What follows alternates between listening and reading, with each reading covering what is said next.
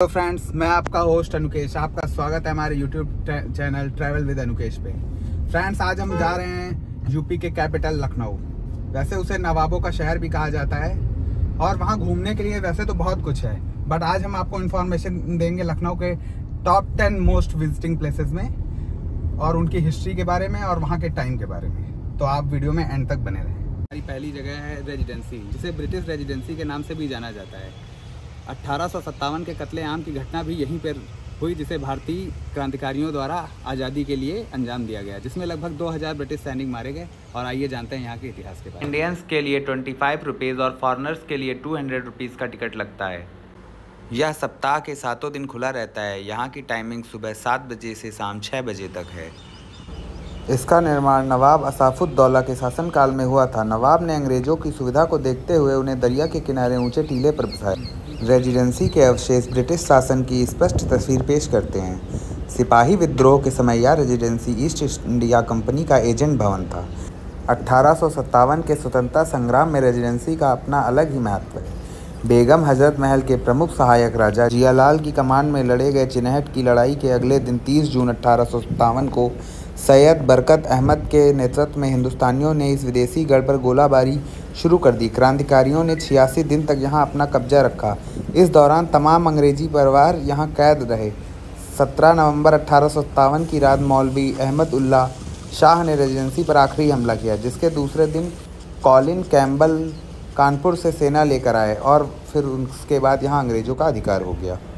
लखनऊ का नाम लखन अहिर नामक एक बहुत प्रभावशाली व्यक्ति के नाम पर रखा गया था, जिसने किला लखन का निर्माण कराया। अगली जगह है क्लॉक टावर। इसे हुसैनाबाद क्लॉक टावर के नाम से भी जाना जाता है। इसे हुसैनाबाद ट्रस्ट द्वारा 1881 में बनाया गया था। यह घंटाघर भारत का सबसे ऊंचा घंटाघर है। इसे ब्रिटिश वास्तुकला का सबसे बेहतरीन नमूना भी माना जाता है। 221 फीट ऊंचे इस घंटाघर का निर्माण नवाब नसरुद्दीन हैदर ने सर जॉर्ज कपूर के भारत आगमन पर करवाया था। वे संयुक्त अवध प्रांत के प्रथम लेफ्टिनेंट गवर्नर। हमारी अगली जगह है रूमी दरवाज़ा, जो लखनऊ की शान को और ज़्यादा भी बढ़ाता है। ये 60 फीट ऊंचा दरवाज़ा मुगल आर्किटेक्ट का एक अभूतपूर्व उदाहरण भी है। इस रूमी दरवाजे का निर्माण अकाल राहत प्रोजेक्ट के अंतर्गत किया गया था। नवाब असाफुद्दौला ने यह दरवाज़ा 1784 से 1786 ईस्वी के अकाल के दौरान बनाया था, ताकि लोगों को रोजगार मिल सके। अवध वास्तुकला के प्रतीक इस दरवाजे को तुर्किश गेटवे भी कहा जाता है। हमारी अगली जगह है बड़ा इमामबाड़ा, जिसे 18वीं शताब्दी में मुगलों द्वारा बनवाया गया था। आप यहां मंगलवार से रविवार तक सुबह 6 से शाम 5 बजे तक विजिट कर सकते हैं। मंडे को यहां ऑफ होता है। यहां भारतीयों के लिए 25 रुपये और विदेशियों के लिए 500 रुपये टिकट का प्रावधान है।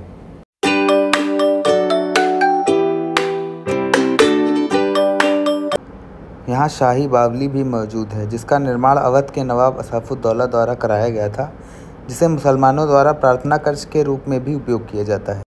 इस क्षेत्र का नाम 1842 में नवाब अहमद अली शाह के नाम पर हजरतगंज रख दिया गया, जो अपने उपनाम हजरत के नाम से भी मशहूर थे।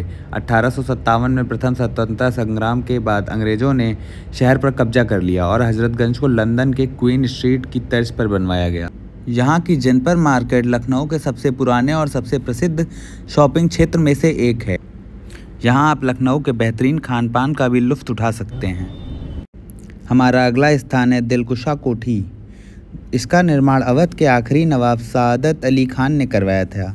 वहीं यह कोठी आज़ादी की लड़ाई 1857 में क्रांतिकारियों और ब्रिटिश सैनिकों के बीच लड़ाई का गढ़ बन गई थी। इस कोठी को घूमना पूरी तरह से निःशुल्क है। हालांकि यहाँ शाम 6 बजे के बाद किसी को भी जाने की अनुमति नहीं है। यहाँ पर मात्र कुछ इमारतों के खंडहर ही बचे हुए हैं, जिसे वर्तमान में भारतीय पुरातत्व सर्वेक्षण द्वारा संरक्षित किया गया है।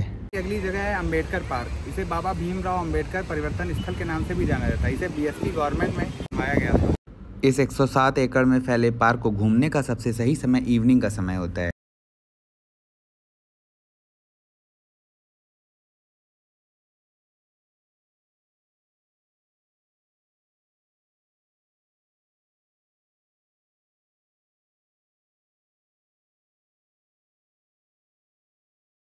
जनेश्वर मिश्रा पार्क 375 एकड़ में फैला यह पार्क एशिया का सबसे बड़ा पार्क माना जाता है। इसे समाजवादी पार्टी द्वारा बनवाया गया था। यहाँ आपको एक 40 एकड़ लंबा आर्टिफिशियल लेक भी देखने को मिलेगा, जहाँ आप बोट राइडिंग का भी आनंद उठा सकते हैं। यहाँ आप इंडियन एयरफोर्स का फाइटर जेट भी देख सकते हैं।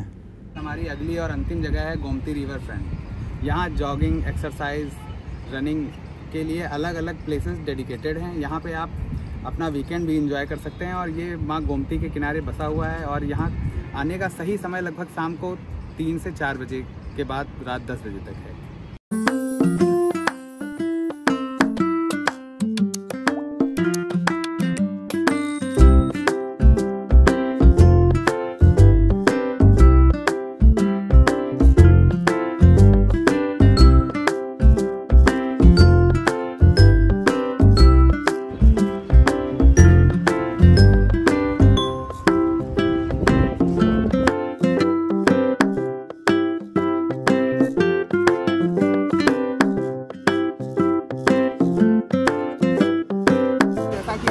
लखनऊ नवाबों का शहर है। आपने वीडियो में देखा भी ब्रिटिश और मुगल काल की इमारतें जो बनी हुई हैं वो कितने बेहतरीन उदाहरण है हमारी प्राचीन इतिहास और सभ्यता के। अगर आप एक हिस्ट्री लवर हैं तो आपको लखनऊ ज़रूर एक्सप्लोर करना चाहिए। उम्मीद है आपको हमारी जानकारी अच्छी लगी होगी। मिलते हैं नए वीडियो में कुछ नई जानकारी।